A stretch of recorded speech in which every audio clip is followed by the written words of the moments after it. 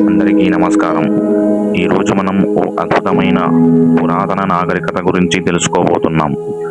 అదే సింధు లోయ నాగరికత. సుమారు 4500 సంవత్సరాల క్రితం నేటి భారతదేశం మరియు పాకిస్తాన్ ప్రాంతాల్లో ఈ నాగరికత వికసించింది. వాటి నిర్మాణ శైలి, సంస్కృతి నిజంగా కాలానికి మించినది. పట్టణ నిర్మాణం. హరప్పా, మొహెంజదారో వంటి నగరాలు అద్భుతమైన ప్లానింగ్తో నిర్మించబడ్డాయి.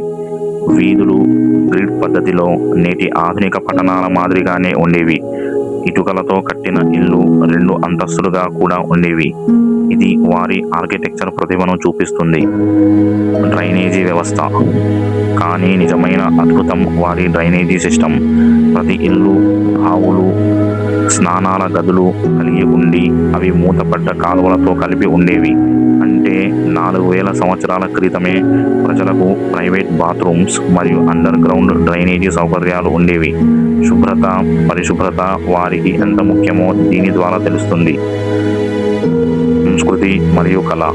సింధు లోయ ప్రజలు కళలో నిపుణులు. వారు కుండలు, బంగారు ఆభరణాలు, ముత్యాల హారాలు తయారు చేసేవారు. చిన్న ముద్రలపై జంతువులు గుర్తులు చెక్కడం వారి ప్రత్యేకత. ఇవి ఇంకా పూర్తిగా అర్థం కాలేదు. అది చరిత్రలో పెద్ద మిస్టరీ.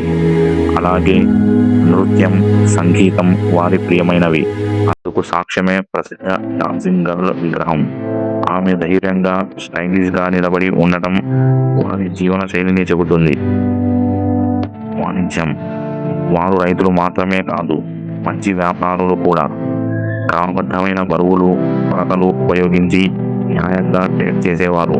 పత్తి, ధాన్యం, ముత్యాలు వంటి వస్తువులు మెసొపొటేమియా వరకు ఎగుమతి చేసేవారు. అంటే వారు అప్పట్లోనే గ్లోబల్ ట్రేడర్స్. విశ్వాసాలు. వారి ముద్రల్లో జంతువులు, చెట్లు, ధ్యానంలో కూర్చున్న రూపాలు కనిపించాయి. కొన్ని హిందూ సాంప్రదాయాల మూలాలు కూడా అక్కడే ఉన్నాయేమో అనిపిస్తుంది. ఇది వారి ఆధ్యాత్మికతను తెలియజేస్తుంది. ముగింపు.